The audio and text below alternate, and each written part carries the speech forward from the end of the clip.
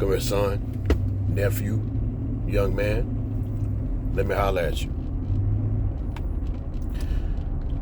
Sometimes in my class, students get a D or an F or a grade they feel like they didn't deserve. And they feel like they didn't deserve this particular grade, which basically isn't an A or B. And the response is, well, I did my work. Now, that's not the first time I've heard this in life.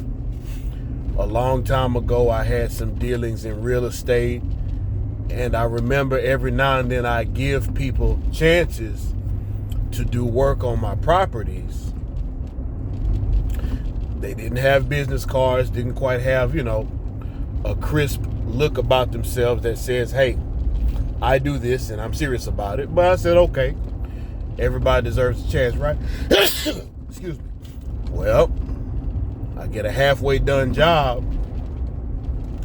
and I say, hey, there's paint splotches here, or this doesn't look like the same material that I paid for you to build with, or that job was supposed to be done 5 days ago, but I did the work.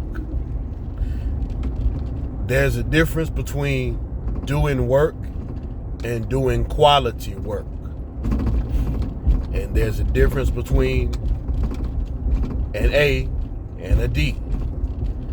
But I see far too many people okay with D-level work. And they operate in a D-level manner. I'm a strong believer that how you do one thing is pretty much how you do all things. There's some exceptions, but most of the time, not too many.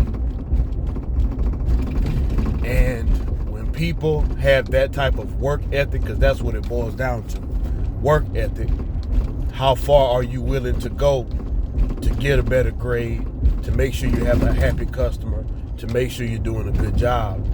That matters. Nobody's perfect, but generally people have behavior patterns and they also have performance patterns. And it's true, you can look at what people do and how they operate, and you can predict a lot of things about them. Now, with that being said, yes, there are students who go through school making C's and D's and then turn up being millionaires later. But when you look at a bell-shaped curve, on the lower end, you only got a few people who, I guess you have D and C students who do terrible in life. Then somewhere in the middle, what they would normally do. And then on the other end of that graph, that chart, if you don't know what a bell-shaped curve is, look it up. And if you won't look it up, then shame on you. Because the information is too easy to get now. But if that's the case, you're what you call a statistical outlier, meaning that's not usually the case. Generally, high achievers are high achievers. Now, you do have to be book smart and willing to be practical and work hard and be smart about your work too, and have good technique concerning your work too. So just because you finish a job in the real world don't mean people gonna pay you full price, or they may pay you and look like, well, let me pay to get rid of this problem and never do business with this problematic person again. Also, I think what happens with a lot of men is feelings. Your feelings can get you messed up. Men need to be logical, not emotional. The Bible says a double-minded man is unstable in all his ways, and he gets blown back and forth like a leaf in the wind, out of control. You hear me talk about control, order, structure, and discipline a lot on this channel. If you watch it, you need to be under control and you need to think, not feel.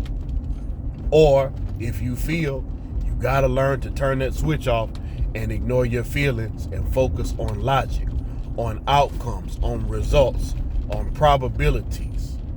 1 + 1 is 1. The sky is blue. You can call it something else, but that's what it is. You can feel like it's something else, but that's what it is. Don't let your feelings get you messed up. And when you try to bring your feelings into your work or into your profession, remember, your reputation is at stake.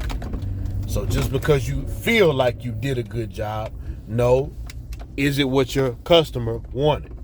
Is it what your supervisor wanted or requested? Is it what your job description says?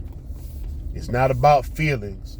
It's about an actual end goal or end result based on logic, based on specifications, based on request on paper, not your feelings. You got people feeling like they don't want to work. Oh yeah, well, how your stomach feel when you ain't got no food to eat? How do you feel when you having to move around from place to place because you don't have a place to stay? How do you feel following somebody else's rules because you have to live with someone else because you felt like you didn't want to work and you felt played at your job and then you quit your job and now you don't have one and now you're begging for a place to stay? Take that emotion and put it up somewhere. You need to do quality work. You need to have a quality reputation. You need quality credentials. And as always, never lose the will to win, never lose the will to survive.